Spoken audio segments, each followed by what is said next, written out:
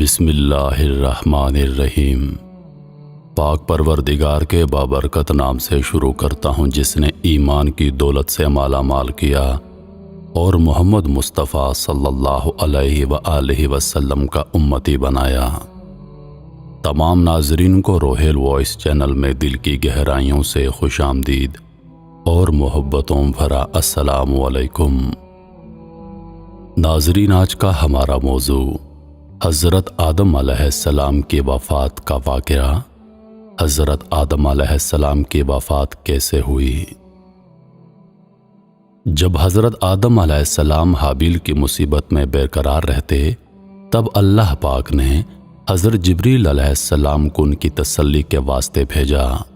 انہوں نے حضرت آدم علیہ السلام کو بحکم خدا بتایا کہ اللہ پاک انہیں ایک فرزند عنایت کرے گا جس کی نسل سے پیغمبر پیدا ہوں گے۔ چنانچہ حابیل کے مرنے کے 5 سال بعد حضرت آدم علیہ السلام کے ہاں فرزند پیدا ہوا جس کا نام شیس رکھا گیا۔ اس کا مطلب ہے اللہ کا دیا ہوا تحفہ۔ یہ نام رکھنے کی وجہ یہ ہے کہ حابیل کے قتل ہونے کے بعد اللہ پاک نے ان کو شیس عطا فرمایا۔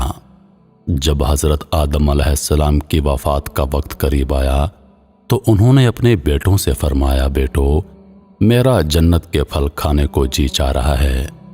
وہ تلاش کے لیے نکل کھڑے ہوئے۔ انہیں سامنے سے فرشتے آتے ملے جن کے پاس حضرت آدم علیہ السلام کا کفن اور جنت کی خوشبو تھی، اور ان کے پاس کلہاڑے اور ٹوکریاں تھیں۔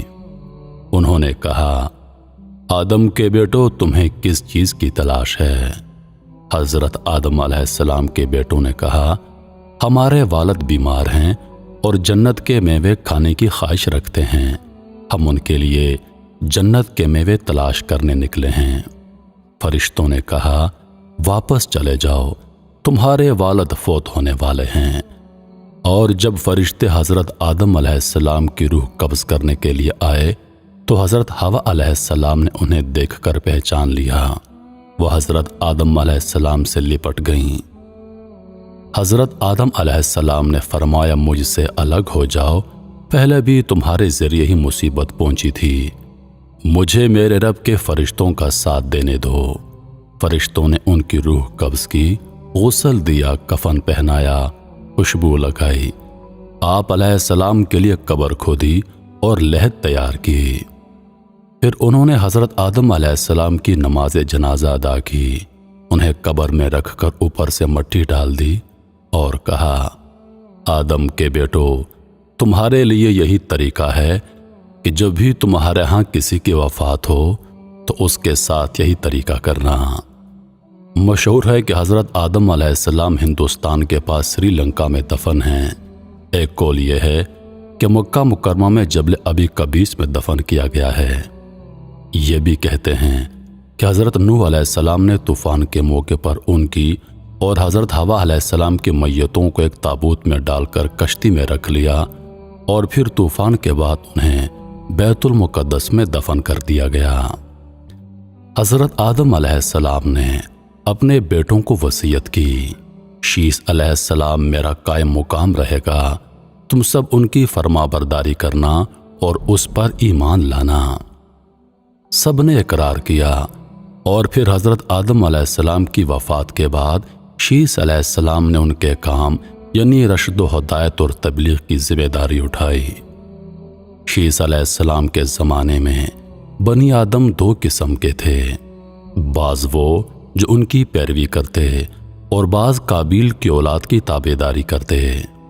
حضرت شیس علیہ السلام کی نصیحت سے کچھ تو راہ راست پر آ گئے اور بعض بدستور نافرمانی میں قائم رہے۔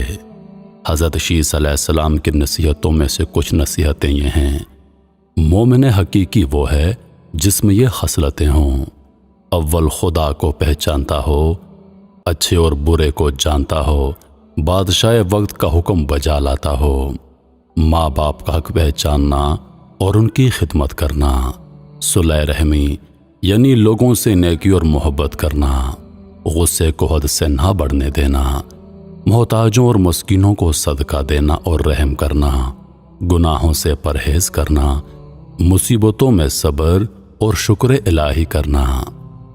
حضرت شیس علیہ السلام کی وفات کا وقت قریب آیا تو انہوں نے اپنے بیٹے انوش کے حق میں وصیت کی، چنانچہ انہوں نے منصب سنبھالا۔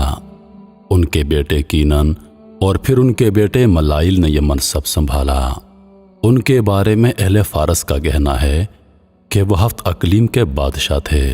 سب سے پہلے انہوں نے درخت کاٹے شہر بسائے اور بڑے بڑے قلعے تعمیر کیے۔